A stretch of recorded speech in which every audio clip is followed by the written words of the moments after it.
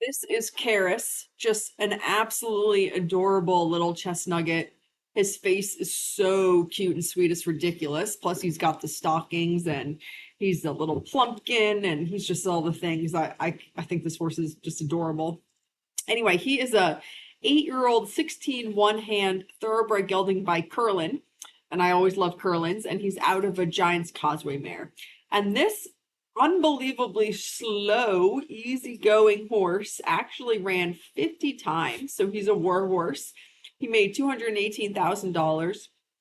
His last start was on December 21st of 2025, so he's just very recently off the track. And he has an incredibly consistent racing record throughout his entire career. And he is just the most typical, easygoing, laid back, plodding around the ring, sort of war horse, older, been there, done that type of guy. I mean, I don't know. I'm not going to sell him to someone to use him as a lesson horse, but he is that type of horse. I mean, I could see him teaching people to post. He is so ridiculously quiet. I struggled to get him into the trot. I struggled to get him into the canter.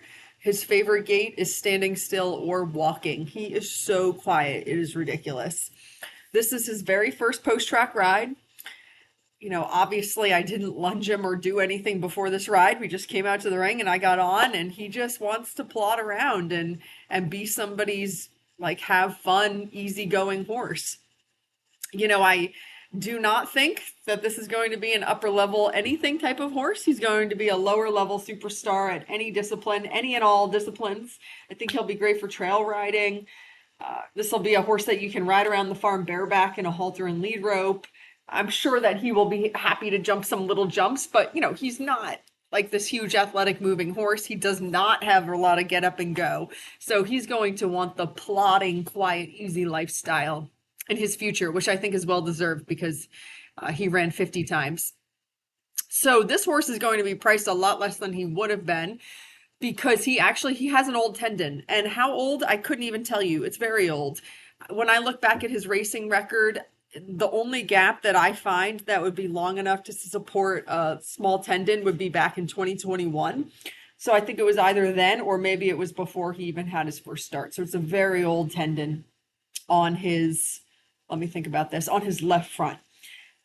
So before he came to me, his connections actually scanned the leg for me just because obviously it's helpful for me when I'm placing him to have a recent scan. So that was very kind of them to do that. He comes from connections and from a trainer that I've gotten so many horses from. So, I trust them implicitly and I really appreciate that they got the scan done.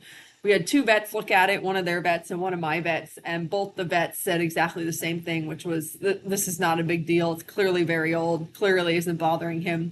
It's not going to bother him in the future. So just an old tendon from many years ago. I can't tell you exactly when, but I do think looking at his record that 2021 would be the only gap he had long enough to support that.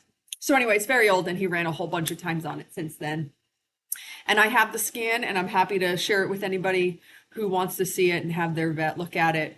I'm not very good at reading scans, but my vet told me that it is nothing to be concerned about. So that was good news to hear. So anyway, but because of that, of course, he'll be priced a little bit less. Other than that, he has good feet. He's just the most sweet horse ever. He's lovely to work around. He is the way he is trotting around right now on the buckle. I mean, that's just kind of how he is all the time in all situations, on his back and on the ground. He is just an easygoing type of horse. So in our ride today, this is just his first post-track ride. We canter to the left, and that's coming up, I think, right around the river bend here in this video. We did get the right canter, but he had a hard time. I don't know if it was because he was just kind of tired by the time we got to the end of the ride. I mean, it sort of seems like he came out tired from the very beginning. And it was warmer today. It was like 50 degrees, so maybe he was getting a little warm also. But anyway, we did get the right canter, but I couldn't keep it for more than about a long side without him breaking into the trot.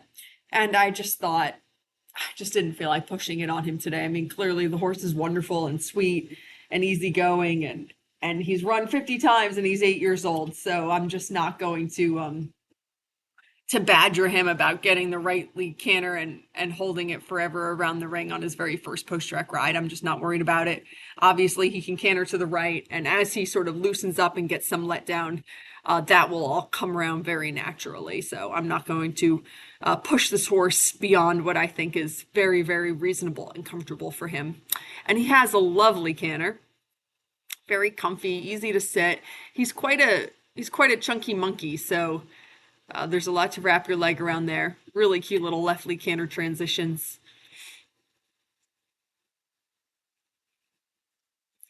Just absolutely adorable. My dogs were out for this whole ride, sort of roaming alongside the perimeter of the ring, and he was perfect about ignoring them. He was great at the mounting block. I know Billy was judging me because it was obvious from handling this horse over the last several days that he's going to be a quiet, easy horse. But I stuck to my rules and I made Billy stand at his head while I got on. And I know Billy thought I was being absolutely ridiculous. So it was unnecessary, and I will not need anyone to stand at his head again while I get on. So here he is on the ground, just totally sweet and adorable, loves himself some peppermints. And because he's so cute and adorable, he gets lots of peppermints.